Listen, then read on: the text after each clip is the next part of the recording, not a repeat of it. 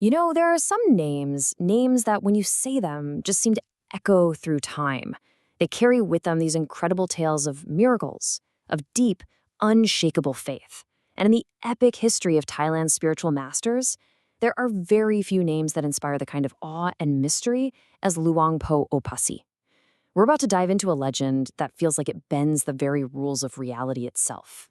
And this is the question, isn't it? It's the puzzle right at the heart of his story, and it's captivated people for generations. Was he a man who, through sheer force of will and spirit, achieved the impossible? Or was he something more? A being from another plane of existence just walking among us in human form? That's the enigma we're going to explore together. So every legend has to start somewhere. And before all the miracles, before the deep mysteries, there was a man.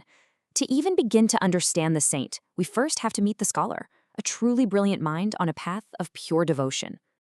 Our story starts with a young boy from the south of Thailand named Chuan Mulafan. And right from his earliest days, it was obvious he was different. His mind was incredibly sharp, his dedication to his faith was absolute, and it really seemed like his destiny was already written, a life devoted completely to the teachings of the Buddha. And what a path it was. I mean, look at this journey. He was ordained as a novice, and almost immediately his brilliance just shone through. It wasn't long before he was brought to the heart of Bangkok, to the famous Wat Bowonniwet, to study directly under the Supreme Patriarch himself. And there, he didn't just succeed, he soared. He mastered the incredibly complex Pali scriptures, earning the high distinction of a 7th grade scholar. People started calling him Maha Chuan, a name of huge respect. By all accounts, he was the picture-perfect, learned monk. But here's where the story takes a sharp turn. That straightforward path of scholarship, that wasn't his final stop. A chance meeting was about to completely shatter the world of Maha Chuan and give birth to a legend wrapped in fire and mystery. The catalyst, the moment that changed absolutely everything, was his meeting with Luang Pho Kob. Now, Luang Pho Kob was a master of what's called Tejo Kasina, a really powerful meditation that's all about focusing on the element of fire.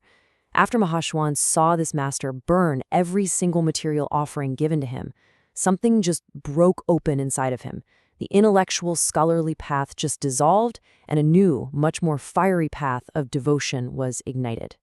Okay, now this right here, this is what's so wild. The change in him wasn't small, it was total. People who knew him before and after said he was like an entirely different person. The gentle, quiet, well-mannered scholar, gone. In his place was a man who was blunt, who was direct, whose temper was as hot and as unpredictable as the flames he now worshipped. The change was so complete, it was literally described as a death and a rebirth. And he said it himself, flat out. When people would ask him what happened to the great scholar Maha Chuan, he would tell them, with this incredible finality, Maha Chuan has passed away. The one who is here is Opasi. This wasn't just him picking a new name. It was him declaring a whole new existence. And that name, Opasi, it held the key to his entire new philosophy. It means the one who offers fire as a worship to the Buddha. He taught that the flames he constantly fed weren't just about burning objects. No, they were a symbol. The real fire, he said, was the fire of greed, anger, and delusion that burns inside every human heart. So by offering things to this physical fire, he was performing a powerful ritual, a symbolic burning away of all the spiritual junk that holds us back. Of course, a path this radical, well, it wasn't going to be easy, was it? His new practices were deeply controversial, and they put him directly at odds with the religious establishment. But these challenges, they would only end up revealing the true depth of his spiritual power. Back at the royal temple, these constant bonfires were, let's just say, not very popular. It got to the point where his own teacher, the Supreme Patriarch, gave him a choice: stop the fire worship or leave. He chose his path. With literally nothing but his monk's umbrella tent, he just walked away from all the prestige and comfort. He eventually settled down in the quiet orange groves of Bang Mot. This wasn't a punishment. It was destiny unfolding. But even in his new home, not everyone was a fan. A local troublemaker named Nai T started throwing rocks at his little tent, only to find the stones miraculously turning around in midair and hitting him instead. Then another guy, Nai Som, actually fired a pistol at him while he was meditating. Shortly after that, Nai Som was mysteriously arrested for a murder he didn't even commit and got caught up in a legal nightmare that bankrupted him. Both men, defeated not by the monk's anger, but by their own bad intentions bouncing right back at them, eventually confessed and became his most loyal followers. Those local stories are incredible, for sure, but they were just the warm-up act. They were just a prelude to the one, single, defining event that would launch his story from the realm of the possible into something truly transcendent. An event that seems to defy every known law of physics and time. It all started with an invitation.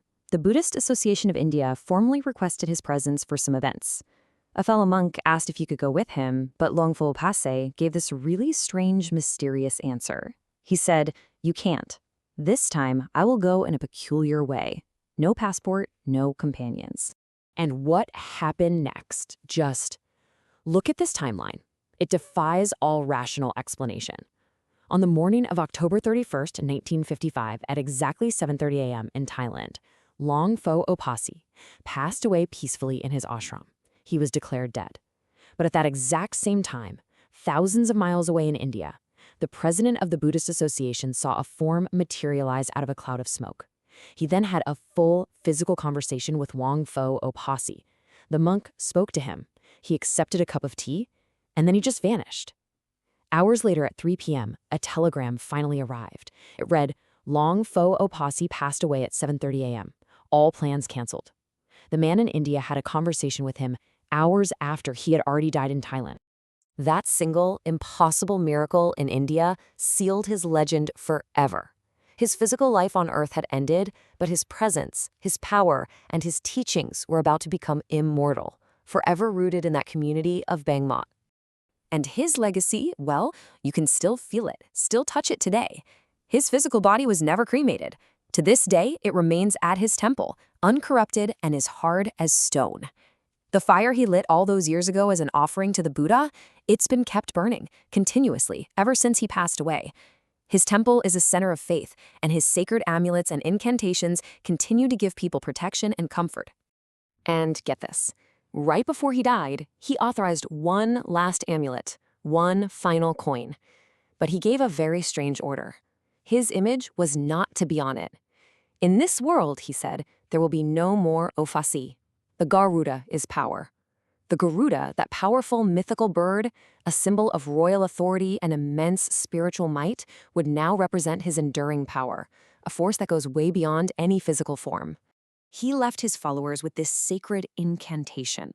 It's this powerful prayer, a condensation of core Buddhist principles. It's a way to ask for protection and also to ask for forgiveness from the spirits of the earth and water. For his disciples, it's a lifeline, a direct connection to his benevolent power that is still chanted every single day by countless people, like a shield against harm and a light in the darkness. So we come back to where we started. Who was he really? A question that maybe has no simple answer. Was he the brilliant scholar Maha Chuan who found enlightenment through a radical path of fire? Or was he, as some truly believe, a divine being from another time, another dimension, who simply wore a human body to complete a sacred mission? The legend lives on, leaving all of us to wonder about the limitless power of faith and the enduring mystery of the monk who truly transcended time itself.